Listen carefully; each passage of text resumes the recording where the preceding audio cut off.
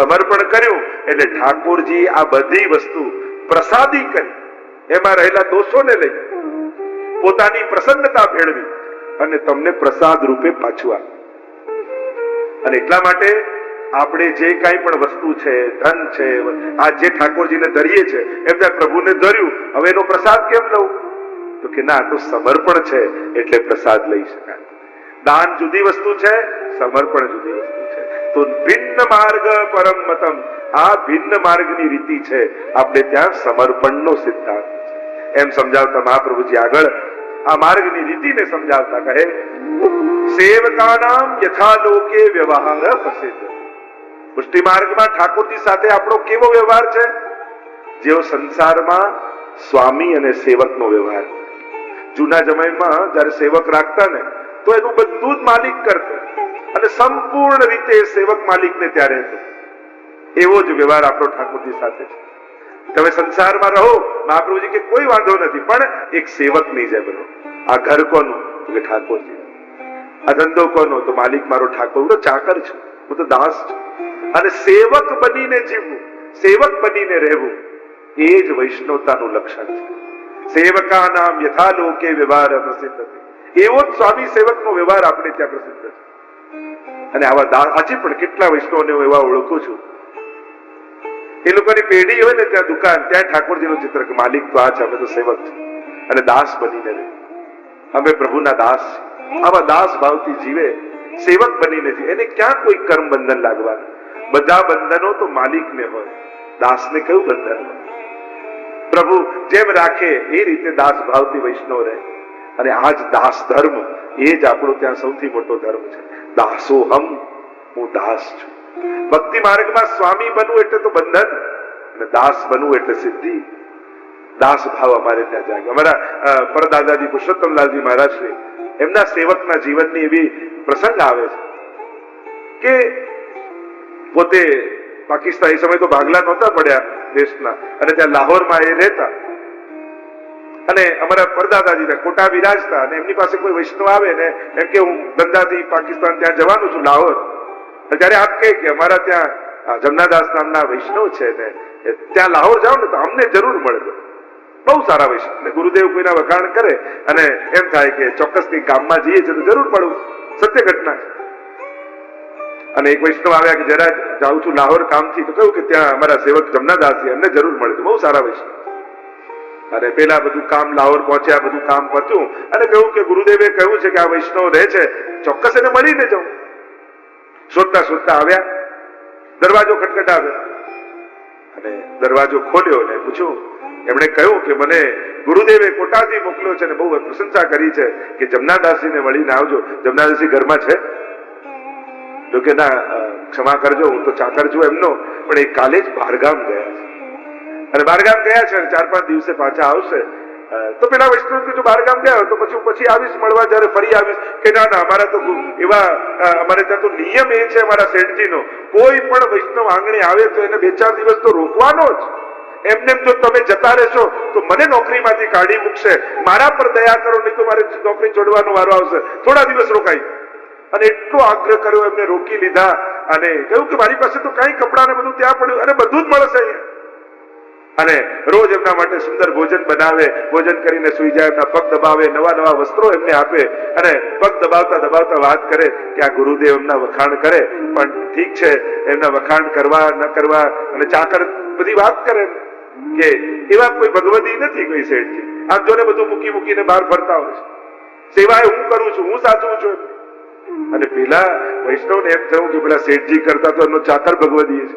ગુરુદેવ એમના વખાણ કરે છે, પણ એના કરતા તો આ કેટલો ભાવ વાળો છે. એક મહેમાન હું છું તોય મારી આટલી ચાકરી કરે છે. અને થોડા દિવસ રહ્યા, હવે આગ્રહ કર્યો મારે તો પાછું જવું છે ગામમાં. અને પાછા ફરતા ફરતા આવ્યા અને અહીંયા ગુરુદેવને મળવા આવ્યા. અને ગુરુદેવને કહ્યું કે ગુરુદેવ પૂછ્યું મળ્યા જમનાદાસ? કે એ તો નથી મળ્યા, બહારગામ ગયા હતા, પણ એમનો ચાકર બહુ ભગવદી હતો. એટલી મારી ચાકરી કરી, સેવા કરી. ત્યારે ગુરુદેવ તું લાંબા સરખો હતો કે હા, ધોતી બંડી પહેરતો, હા, અહીંયા બસો હતો, હા, અરે એ જ જમનાદાસજી છે.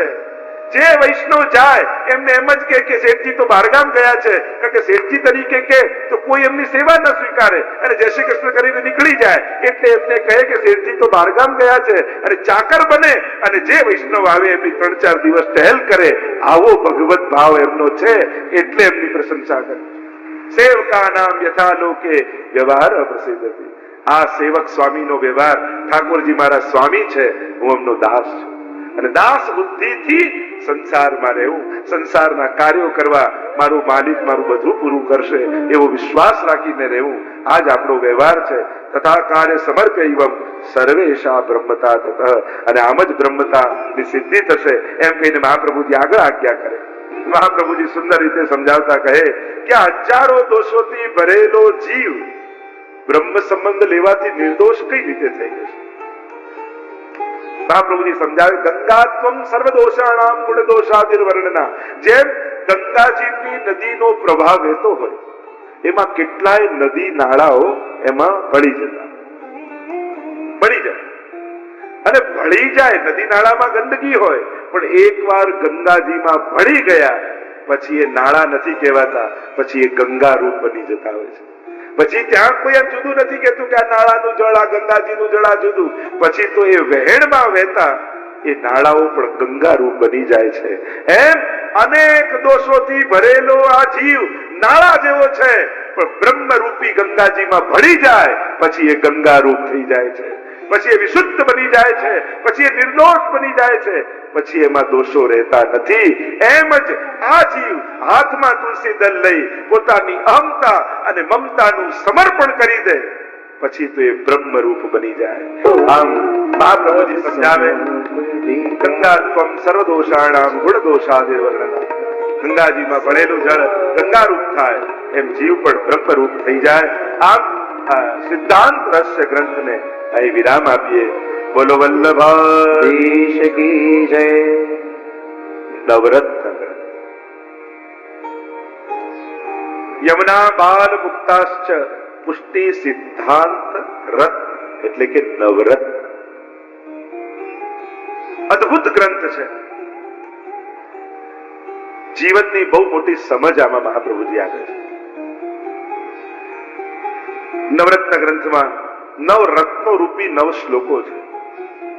પ્રસિદ્ધ કથા ગોવિંદ દુબે પત્ર લખ્યો મહાપ્રભુજીને, હું સેવા કરું છું, બ્રહ્મ સમન લીધું છે, પણ સેવા કરતા કરતા મનમાં એ વિચાર આવે છે, સંસારમાં રહેતા રહેતા ક્યાંક મારી લૌકિક ગતિ તો નહીં થઈ જાય, મારે તો પ્રભુમય રહેવું છે. અને જ્યારે આ ભય, આ ચિંતા સતાવી અને ત્યારે પત્ર લખ્યો અને એના ઉત્તરમાં મહાપ્રભુજી આ નવરત્ન ગ્રંથ એમને લખીને આપ્યો. અદ્ભુત ગ્રંથ છે. અનેક ટીકાઓ, 5 ટીકાઓ ઉપલબ્ધ છે અને ટીકામાં આચાર્યો બહુ સુંદર રીતે આ વાતોને સમજાવે છે. શ્રી મહાપ્રભુજી આજ્ઞા કરે છે પ્રથમ શ્લોકમાં, ચિંતા કાપી ન કાર્યા નિવેદિતાત્મભી કદાપી. જેણે નિવેદન કર્યું, કારણ કે બ્રહ્મ સમજ લીધું, શરણાગત થયા, આ સમર્પિતનો ત્યાગ કર્યો, પ્રભુમય થવાનો સંકલ્પ કર્યો, સિદ્ધાંત મુક્તાવલીમાં કૃષ્ણ સેવા સદા કાર્યા, સેવામાં જોડાયો, પણ હવે ડર શેનો છે? જો ભગવદીઓને ભય શેનો હોય કે પ્રભુ ક્યારેય એવું કાંઈ ન થાય કે મારાથી ભગવાન ભૂલાઈ જાય, સંસારનો પ્રભાવ મારા જીવનમાં થઈ જાય અને ભગવાનનું વિસ્મરણ થઈ જાય. આનાથી મોટો વિપત્તિનો કાળ મારા માટે કોઈ નથી. વૈષ્ણવને ડર સેવા છૂટવાનો છે, સત્સંગ છૂટવાનો છે. એટલે ઘણી વાર વૈષ્ણવ કે જે એવા આશીર્વાદ આપું ને, સેવા ક્યારે છૂટે નહીં. અને વૈષ્ણવને ડર એનો કે પ્રભુથી દૂર થયો ને એ જ મારા માટે સૌથી સંકટનો કાળ છે. પ્રભુની સદા સન્મુખતા બની રહે એ જ વૈષ્ણવની પરમ સિદ્ધિ છે. અને અહીંયા એ ડર લાગ્યો કે ક્યાંક લૌકિક ગતિ તો નહીં થાય. ચિંતા શબ્દથી પ્રારંભ કરે. જો જેણે નિવેદન કર્યું છે, મહાપ્રભુજી કહે, નિવેદન કોને કહેવાય? આપણે તુલસી દલ લઈ બ્રહ્મ સંબંધ મંત્રમાં જે બોલ્યા ને, એ બોલ્યા એને નિવેદન કહેવાય અને એ પ્રમાણે વર્તીએ એને સમર્પણ કહેવાય. આ બધું આપનું છે એમ જયારે બોલીએ છીએ એને નિવેદન કર્યું કહેવાય. અને પછી બધું ધરીએ એને સમર્પણ કર્યું. તો જેણે પ્રભુને નિવેદન કર્યું છે, ચિંતા ખાવ, એને ક્યારે પણ કોઈ પણ પ્રકારની ચિંતા નહીં. જો ચિંતા બહુ સહજ છે. અને નોર્મલ માણસ આપણે કોને માનીએ કે જે ટેન્શનમાં રહેતો હોય, અને જે ટેન્શનમાં ના, કેવો માણસ છે જો ચિંતા નથી થતી આને. એટલે કે સાચો માણસ એને કહેવાય જેને ટેન્શન હોય, જેને ચિંતા હોય. જેને ચિંતા ન થતી હોય લોકોને એની ચિંતા થાય કે કેવો માણસ, અને ચિંતા નથી થતી. એટલે બહુ સહજ છે ચિંતાઓ થવી. અને એટલે જ પેલું કહેવાય ને, ચિંતા વાળો માણસ જલ્દી ચિંતામાં જાય, કારણ કે એની જ ચિંતાઓ એને સમાપ્ત કરી. ભરોસો કમ હોય ને એને ચિંતા વધારે થાય. ઠાકોરજી પર વિશ્વાસ ઓછો હોય એને ચિંતા વધારે. વૈષ્ણવને તો ભરોસો છે ને, ઠાકોરજી બધું કરશે, પ્રભુ સગળું કરશે. અમારા દાયરા ચિત્ત તું સિદ્ધને ચિંતા ધરે, કૃષ્ણને કરવું હોય તે. એક વસ્તુ યાદ રાખો, તમારા ભાગ્યના મેચ ફિક્સર ના બને. મેચ ફિક્સર કોને કહેવાય? પહેલેથી રિઝલ્ટ નક્કી કરી પછી મેચ રમવા જાય ને એ બધા ફિક્સર કહેવાય. સ્પોર્ટ્સમેન બને. આપણે તો મેચને ફિક્સ કરવા માંગે, આમ જ થવું જોઈએ, મને જ મળવું જોઈએ, હું જ જીતવો જોઈએ, આમ જ થવું જોઈએ. આ તો મેચ ફિક્સરો થઈ ગયા. તમે તમારા જીવનના મેચ ફિક્સર ન બનો કે તમે નક્કી કર્યું ને એ જ પ્રમાણે મેચ ચાલે ને એ જ પ્રમાણે તમે જીતી જાઓ. આ કઈ સાચી રમત ન કહેવાય.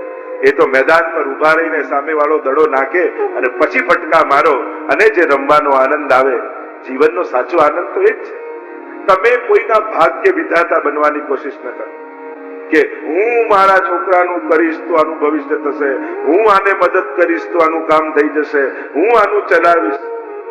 અરે આ આપણી કલ્પના છે. દરેક વ્યક્તિ એનું ભાગ્ય લખાવીને જ લાવે છે. તમે નિમિત્ત બની શકો છો, એના ભાગ્યના વિધાતા નથી બની શકતા. તમે એમ કહો હું આનું ભાગ્ય લખવું એ સંભવ નથી.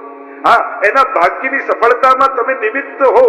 એ કદાચ ભગવાને લખ્યું હોય કે તારા થકી આનું કામ થઈ જાય, તારા થકી આ સુખી થઈ જાય, તો તમે થકી છો.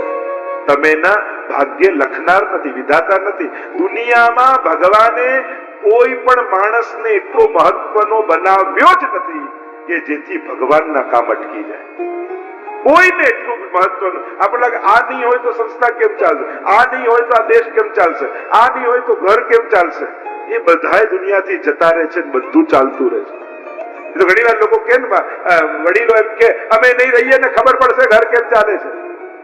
એ કહેનારા બધાય જતા રહે છે, બધાના ઘર ચાલતા રહે છે. ઉલટાનું એના ગયા પછી વધારે સારું ચાલતું, એ જ નડતો હોય ઘર. ઘણી વાર એ જ જૂનું ઘર પકડી રાખે અને જ્યાં બાપુજી જાય છોકરાઓ તોડીને નવું એટલું સરસ બનાવી દે અને લહેર કરે. અને પેલો આપણે કાંઈ નવું કરવું નથી. એટલે આપણે કોઈના ત્યાં તો પાણીમાં આંગળી નાખવા જેવું છે. તમે પાણી ભરેલું કોઈ ટબ હોય એમાં આંગળી નાખો તો જો કેવો ખાડો પડી ગયો, પણ આંગળી કાઢો એટલે ભરાઈ જાય. બસ આપણે આ જે હુંકારો છે ને, આપણા અહંકારો આટલા જ છે. આપણને લાગે કે હું નહીં રહું ને પછી ખબર પડે કેમ ચાલે, પણ કોઈનું કાંઈ ખબર પડતી નથી, કોઈનું કાંઈ અટકતું નથી, કારણ કે ચલાવનારો પરમાત્મા છે. જેમ કોઈ કઠપુતલીનો ખેલ કરનારો વ્યક્તિ હોય, સામે બેસતા એમ લાગે કે પેલો રાજા યુદ્ધ કર્યું, આને લડ્યો, આની નજીક ગયો, આનાથી દૂર ગયો. સામે વાળાને ખેલ કરતી કઠપુતલીઓ દેખાય, પણ ઉપર બાંધેલી દોરીઓ નથી દેખાતી. એ દોરી તો ખેલ કરનારના હાથમાં છે. એ કોઈને મેળવી પણ દે, કોઈને જુદાઈ કરી દે, એ હસાવી દે ને રડાવી દે, પણ સામે ખેલ જોનારાને તો કઠપુતલી જ દેખાય છે. એમ આપણને આ બધું કરતા માણસો દેખાય, પણ એને દોડાવનારા પરમાત્મા એ પકડેલી દોરીઓ નથી દેખાતી.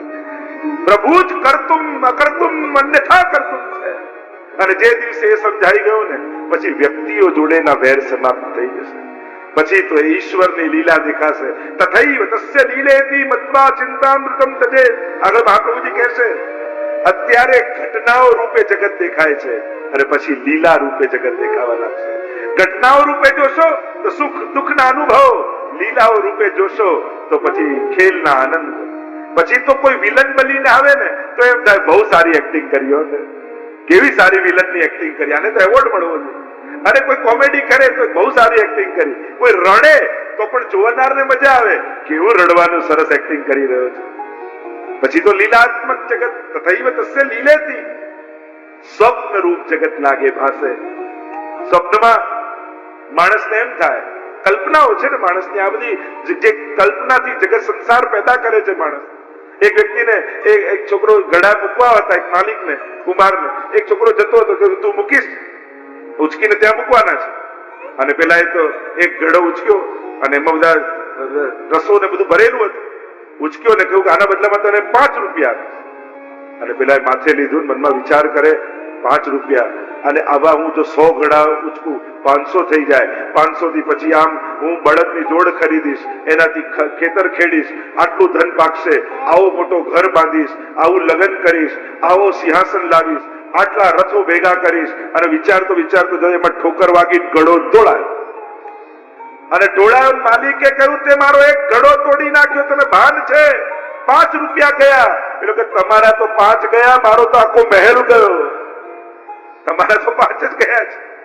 મૂળ વસ્તુ શું છે દુનિયામાં? એક વ્યક્તિ જતો હતો, 100 પાઉન્ડ ને 50 પાઉન્ડની નોટ પડેલી જોઈ, ખિસ્સામાં મૂકી, ખિસ્સું ફાટ્યું અને ગયો પપ્પા પાસે. એના છોકરો, પપ્પા મને રસ્તામાંથી 50 પાઉન્ડ મળ્યા, મેં ખિસ્સામાં રાખી દીધા. પપ્પા એક થપાટ મારી, આ પડેલા પૈસા બીજા કોઈના ઉપાડાય, લાવ. ખિસ્સામાં કાઢ્યું તો કાણું પડી ગઈ હતી ક્યાં. કહ્યું કે પપ્પા પડી ગઈ, બીજી થપાટ મારી. મળેલી નોટ આ રીતે ગુમાવી દેવાય? હવે પોતાની હતી નહીં, બીજાનું પોતાનું માન્યું અને પોતાનું ગુમાવી દીધું. આ બંનેમાં થપાટ ખાવી પડે છે માણસને. કાંઈ આપણે લઈને આવતા નથી. આ મારું એક થપાટ. હવે તું લઈને આવ્યો તો આ બધું મૂકીને જવાનું છે, એક થપાટ તો લઈ જા ભેગું. તારું હતું નહીં, એ તારું ભેગું આવવાનું નથી. તું તારા કર્મો લઈને આવ્યો છું અને કર્મો લઈને પાછો જવાનો છે. જે લઈને આવ્યો એ લઈ જઈશ, જે મળ્યું છે એ મૂકીને જઈશ. પણ તકલીફ એ છે, માણસ પૈસા માટે પાપ કરે, પણ તકલીફ ભગવાનની રચના એ પૈસા રહી જાય, પાપ ભેગા આવે. ભગવાનની રચના એવી છે કે જે કર્યું છે, જે મળ્યું એ મૂકી જવાનું, જે કર્યું એ ભેગું આવવાનું. તો આ કયું મહાપ્રભુ ચિંતા કાપી ન કાર્યા નિવેદિતા આત્મવી કદાપી. જેને નિવેદન કર્યું છે એને કોઈ પ્રકારની ચિંતા. તમારી લૌકિક ગતિ ભગવાન અપી પુષ્ટિસ્થો. તમે જેના શરણમાં ગયો છે ને એ કૃપાળુ પરમાત્મા છે, પુષ્ટિ પુરુષોત્તમ છે. એ ક્યારે પણ તમારી લૌકિક ગતિ નહીં થવા દે. એને તમારો હાથ પકડ્યો છે, તમે કદાચ ભૂલી જશો, એ ક્યારે ભૂલવાનો નથી, એ ક્યારે છોડવાનો નથી. એટલે જ કહ્યું ને, કર કહી કે છાડે નહીં જિનકી એસી તે. એવા પ્રભુ છે જે હાથ પકડીને છોડવાના નથી, એવા પ્રભુને હાથ પકડાવ્યો છે. આગળ મહાપ્રભુજી આજ્ઞા કરે, નિવેદનમ તુ સ્મર્તવ્યમ સર્વથા તાદર્શી જન. તાદર્શી જનો, તાદર્શી તેના જેવા, ભગવાન જેવા, જે ભગવદીય જીવો છે એની સાથે મળી શું કરવું? આ ત્યાં સેલ લાગ્યો છે, પેલી નવી દુકાન ખુલી છે, પેલી જગ્યાએ ગયા કે નહીં? આવા તો નિવેદનમ તુ સ્મર્તવ્યમ, નિવેદનનું સ્મરણ કરવું. નિવેદન શું કર્યું છે ઠાકોરજી આગળ? એ આ ભગવાનને આપેલા વચનોને ભગવદીઓ સાથે મળીને યાદ કરવા. ત્યાં તો બધું પ્રભુનું છે, પ્રભુને ધરી દીધું છે. આપણે જેવા હતા ઠાકોરજી આપણો સ્વીકાર કર્યો છે. કેમ કરી એ પ્રભુની પ્રાપ્તિ આપણને થાય? ભગવદીઓને પૂછું કે આપ કઈ કૃપા, આપ કઈક માર્ગદર્શન આપો જેથી પ્રભુ અમારા પણ પ્રસન્ન થાય. નિવેદનનું સ્મરણ કરવું. અને સર્વે સ્વરસ્ત સર્વાત્મા નિજેચ્છાતા કરી શકે. ભગવાન તો સર્વેશ્વર છે, સર્વાત્મા છે, અને તેઓ બધું જ પોતાની ઈચ્છા પ્રમાણે કરશે. નિજેચ્છાતા કરી શકે. પ્રભુ પોતાની ઈચ્છા પ્રમાણે બધું જ કરશે. પ્રભુની ઈચ્છા પર જો તમારું ધાર્યું થયું એના કરતા પણ પ્રભુનું ધાર્યું થાય ને એમાં આપણું વધારે કલ્યાણ છે. આ વાતનો ભરોસો હોવો જોઈએ, આ વાતનો વિશ્વાસ હોવો જોઈએ. તમે વિચાર્યું એ ન થયું તો દુઃખી ન થયું. ચલો મારું વિચારેલું ન થયું પણ પ્રભુએ વિચાર્યું એ તો થયું, તો એમાં પણ પ્રસન્ન થવું. મારા પ્રભુનું ધાર્યું થયું. પ્રભુ નિજેચ્છા હતા. બે અર્થ કર્યા. એક પ્રભુ પોતાની ઈચ્છા પ્રમાણે કરશે, બીજો અર્થ એ કર્યો પ્રભુ નિજેચ્છા એટલે નિજજનોની ઈચ્છા પ્રમાણે કરશે. એટલે ઠાકોરજી કેવા છે? ભક્ત જે વિચારે ને એના સઘળા મનોરથોને પૂરા કરનારા છે. પ્રભુના નિજજન જે ઈચ્છે ઠાકોરજી એ સઘળું આપનારા છે. બસ એવી ઈચ્છા કરજો કે ઠાકોરજીને પણ એ પૂરું કરવાની ઉતાવળ આવી જાય. તમારી ઈચ્છાઓમાં જો અલૌકિકતા હશે ને તો ઠાકોરજીને પણ એ પૂરું કરવાનો ઉત્સાહ છે. પ્રભુ એની ઈચ્છા પ્રમાણે કરનારા છે. ભક્તને પ્રભુની પોતાની કોઈ ઈચ્છા હોતી નથી. પ્રભુ તો ભક્તોની ઈચ્છા પ્રમાણે ચાલના છે. પ્રભુ કેવા છે આપણા ઠાકોરજી? हमारे ठाकुर जी कैसे हैं? भक्ताभिलाषा चरिता अनुसार, भक्तों की अभिलाषा के अनुसार चरित्र करने वाले हमारे गोवर्धन दास. जो जो भक्तों ने मनोरथ किए, त्रिलोक का नाच. और गोपियां कहे माखन चाहिए लालन, हाँ अच्छा नाच के दिखाओ. अरे प्रभु छम छम छम छम छम छम नाचने लगे. भक्ताभिलाषा चरिता अनुसारी. विदुर जी ने कहा प्रभु हमारे घर राजभोग आरोगे तो कितनी आनंद आ जाए. क्या बनाया? भाजी है. और दुर्योधन से कहा 56 भोग तो मुझे नहीं रुचेंगे क्योंकि तेरे अहंकार का 56 भोग है, न तो मेरा प्रिय है न आत्मीयता है, मैं तो विदुर घर जाता हूं. भक्ताभिलाषा चरिता अनुसार.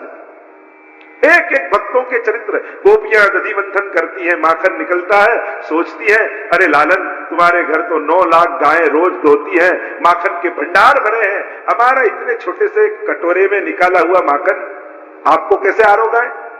तेरी इच्छा है आरोगाने की? हाँ अच्छा तू नंदालय नहीं आ सकता.